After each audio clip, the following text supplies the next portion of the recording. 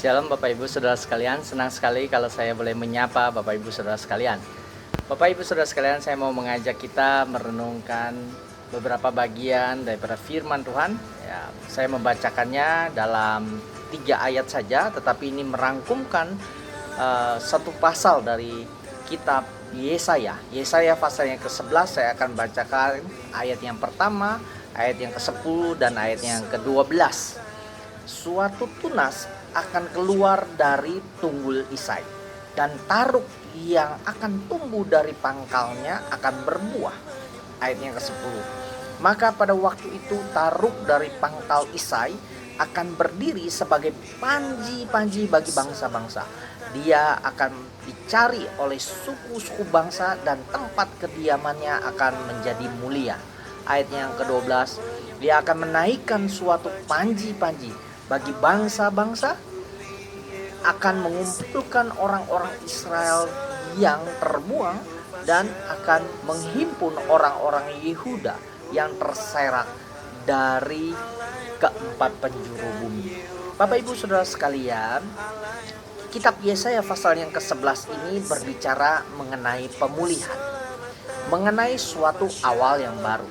Begitu indah kedengarannya, permulaan yang baru. Paling tidak ada 3 pemulihan yang dijanjikan oleh Allah, yang semuanya berkaitan dengan pemulihan hubungan atau relasi. Setelah kehancuran akan timbul suatu tunas baru dari suatu tunggul, dari tunggul sebuah pohon. Tunas itu adalah keturunan Daud, seorang pemimpin yang akan menjadi wakil Allah yang setia di bumi ini. Tunas itu adalah keturunan Daud, seorang pemimpin yang akan menjadi wakil Allah yang setia di bumi.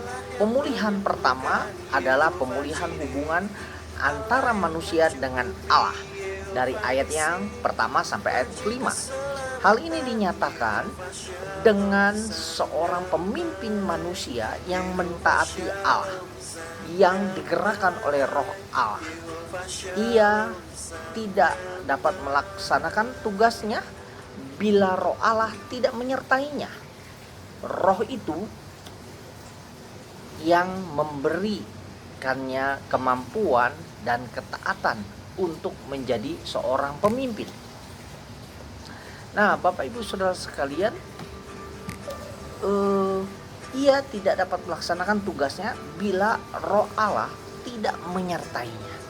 Roh itulah yang memberinya kemampuan dan ketaatan untuk menjadi pemimpin, seorang pemimpin yang berkenan di hadapan Allah, memulihkan masalah hukum dan keadilan. Nah, pemulihan yang kedua adalah pemulihan hubungan antara Allah dengan antara manusia dengan alam, maksud saya. Jadi ini pemulihan kedua di ayatnya yang ke-6 sampai ayat yang ke-9. Di sini pertama-tama dilukiskan adanya sebuah harmoni antara alam itu sendiri.